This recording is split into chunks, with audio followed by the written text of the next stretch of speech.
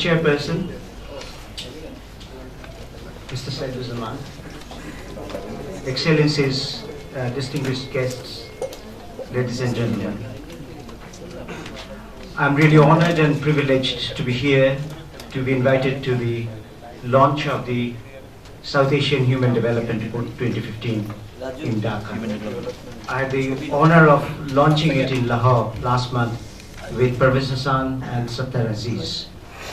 And it gives me great pleasure to be here and to be invited by BIGD, which is chaired by my old friend Sultan Hafiz Rahman. We went to university at the same time, and we were meeting, if I'm not mistaken, after 30 years. And it is also a privilege to share the podium with Mr. Selim Jahan, for whom I have the deepest respect, and I hope that we will also be joined by Professor Rehman Soban at one point in time during the deliberations. And I'm thankful to Faria to make my job easier, because you have covered most of the things that are in the report itself. As I stand here, I can't help but remember Mahbub. To the rest of the world, Mahbub was a brilliant economist, a very pragmatic policy maker, as well as a visionary. And to me, he was a colleague, a friend, philosopher, and guide. And I'm also thankful to Mrs. Khadija Haq for bearing the torch of Mahbub, the intellectual torch, even after Mahbub passed away, and had the courage and commitment and dedication of producing such a report year after year for 18 years, which by itself is no small feat. And I congratulate the Mahbubul Haq Human Development Center for producing yet another report which would be useful for public advocacy, for policy advocacy, for policy discourses and dialogues in this particular region. I would just like to make three fundamental points. The first one is the title of the 2015 South Asian Human Development Report is The Economy and People. Now, for me, "and" is a very open-ended word. "And" sometimes means something very positive, and sometimes connotes something negative, and of course, "and" doesn't tell you which way the causality goes. So one can wonder whether it is economy for the people, or does it mean people for the economy? As far as the development perspective is concerned, it is economy for the people. And I'm pleased that that's the kind of the perspective the 2015 Human Development Report has also taken. Because economic growth is a means, it is not an end in itself. The major contribution of economic growth is basically to enhance the lives of people. And that's precisely the point of departure that we take from a human development perspective from some of our friends who take the growth paradigm as their way of approach. We all know that the litmus test for any economic growth is whether at the end of the day it enhances the lives of people. Can it lift people out of poverty? Does it make better access of health, education, water and sanitation to poor people? Does it provide with better political space for political debate discourses? Does it make human lives secure? Does it enhance gender equality? And if we look at the very cover of this particular report and the explanation there, you'd see that over the last 30 years, the growth part of it, or economic growth in this sub-region, has gone up by more than 300%, 3 times. But if you look at the growth of the HDI, or the Human Development Index, which is a crude but a useful measure for human development, it has gone up by 1.5 times. In other words, it means that the rate of growth of the economy has been twice than the rate of growth of human well-being. So that should raise that fundamental question, what went wrong? Because the economic growth has to be translated into the lives of the people at the end of the day.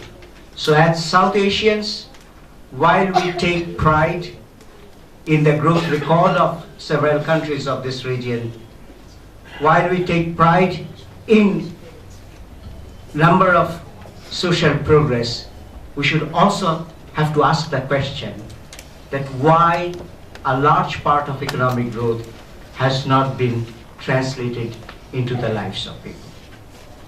That brings me to the second issue that I would like to raise. There is no automatic link between economic growth and human development. Economic growth can be job creating, it can be jobless. Economic growth can be poverty reducing, or it can be ruthless. Economic growth can be participatory, but it can also be voiceless. Economic growth can be culturally enshrined, but it can be rootless. And economic growth can be environment friendly, but it can also be futureless. From a human development perspective, we don't need jobless, voiceless, ruthless, rootless, and futureless growth. For human development, what we need is what we call inclusive growth. And I would like to share 5 criteria which I believe are fundamental to inclusive growth. The first is, it should be a growth process where people have the opportunity of participating and contributing. Second, it should be a growth process where people should be equitably rewarded in terms of the benefits of economic growth. Third, the rate of growth of the bottom 20% should be faster than the rate of growth of income of any other part of the society. Otherwise, you cannot close the kind of the divergence that we are talking about. Fourth, inclusive growth is that particular growth where by growing now, by enjoying economic well-being now, you are not reducing, limiting, or destroying the choices of future generations.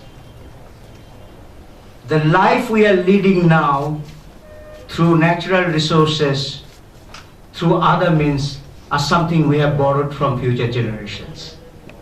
So therefore, inclusive growth must ensure the similar or even better kinds of choices for the generations coming ahead. And finally, economic growth cannot be inclusive if the issue of gender equality is not at the center. Gender equality is not only a matter of moral issue, nor a legal issue, nor a kind of a legalistic approach, but gender equality is fundamentally also a serious economic issue, a development issue. In sub-Saharan Africa, there are gender disparities in work, in terms of learning, in terms of participation. If we close that gender disparity, the GDP of sub-Saharan Africa would go up by $160 billion a year.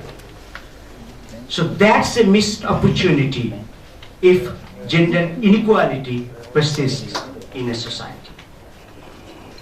The third and the final point is, as graduate students, as undergraduate students, we have been taught that let the pie grow bigger and we all will have a share.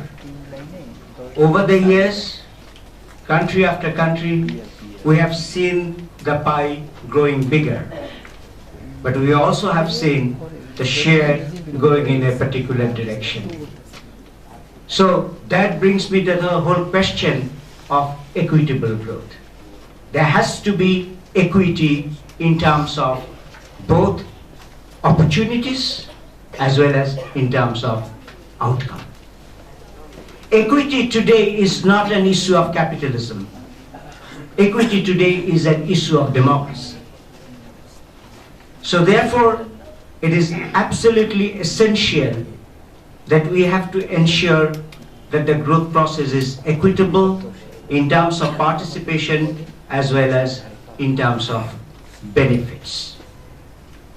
Because if 1% of the global population owns 50% of global wealth, or 80% of global population owns only 6% of global wealth, then we are not living in a world which is equitable. Economic growth is nothing but the net outcome of intended and unintended consequences of millions of activities in a society. That's what it is. So therefore, in that particular perspective, we have to remember that economic growth is not something which is exogenous. Economic growth is very much endogenous. The way we organize growth, the way we choose the technology, the way we try to organize the inputs and the outputs would determine ultimately the kind of the distribution that we will have. If you go for a capital-intensive technology rather than labor-intensive, if you organize your growth process in those sectors where poor people don't live, if you have your growth in certain islands of growth, for example in extractive industries, you will have a growth process, the benefits would be unequitably distributed. So the days of the kind of the thinking will grow fast and they will take care of distribution is over. Because your distribution is endogenously determined the way you grow. And that's the point I like to highlight, and I think the report has also highlighted that particular point. In conclusion, in a tribute to Mahbub, with the permission of the chair, I would like to read out the last 4 or 6 lines from the poem The Road Not Taken by Robert Frost. If my memory serves me right, the last 4 or 6 lines goes like this. I shall be saying this with a sigh. Somewhere ages and ages hence, 2 roads diverge in the woods, and I, only I, took the one less traveled by, and that has made all the difference. The human development paradigm, the human development framework, the human development reports have taken the less traveled road. And we hope that we have been, and we are, and will be making a difference.